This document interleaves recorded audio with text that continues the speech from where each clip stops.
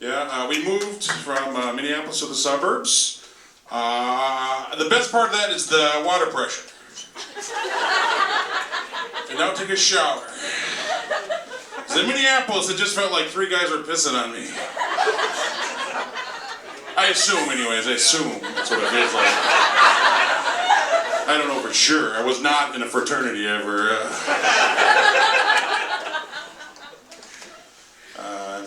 I'm getting old, and as I get older, I get more boring. Like, even my dreams are boring now. Like, I dreamt about Jennifer Lawrence, which is that she's really good friends with my neighbor. And I'm at an age now I have to have a weird conversation with friends I never thought I'd have to have. I don't want to tell my friend Larry that I found out his daughter dropped out of college to be a webcam girl. And she overcharged my credit card.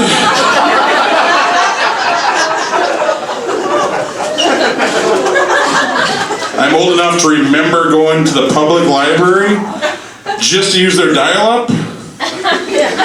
And so, of course, when you're doing that, you get caught doing embarrassing things, you know, looking at your computer.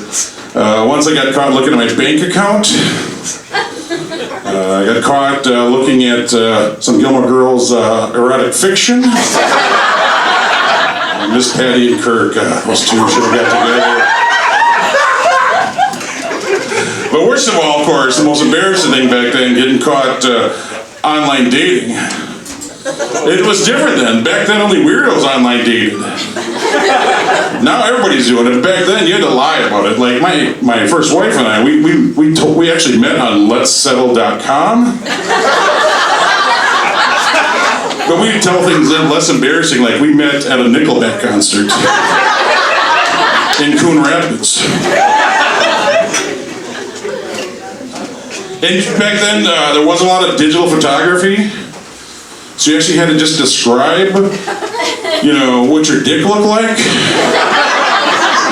Which is hard to do because there's only a few words for veiny.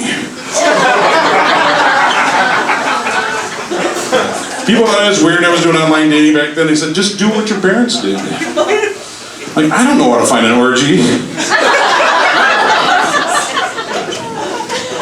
So I was an early adopter of online dating, quite a trailblazer. You know, I was the Amelia Earhart of online dating. Because I crashed and burned too. I finally did get access to a digital camera. But back then, you had to actually mount it on the monitor. So I took a couple pictures, smiling pictures, and then, of course, I had to get a dick pic, right? So I'm there trying to get a good angle while grabbing the mouse the whole time, you know, the whole time making sure that the librarian couldn't see what I was doing.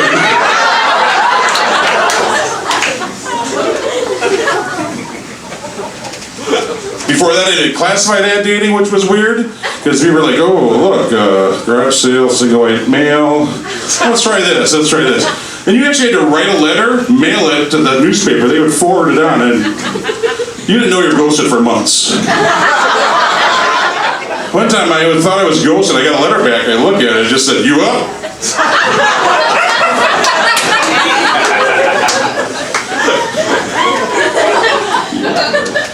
One of the problems with my now ex-wife and I is that we had a really boring sex life. Like, our safe word was just... NCIS is on? Even our dirty talk was boring. It just sounded like we were rearranging the living room. They'd be like, oh, I'm gonna put it there. Oh, do you think it'll fit? I'll make it fit. Oh yeah, let's do this. Oh, wait, stop, my back. Oh. So we had one position we didn't most often. We called it the Anne Frank. Because that's when they would turn out the lights, and then she would move or make a noise. Then she'd go upstairs and journal about it. Alright. If you want, be sure to look for my Netflix special. If things go right next year, I'm going to be in season 3 of Making a Murderer. So please, let me know if anybody needs a ride home tonight. I appreciate it.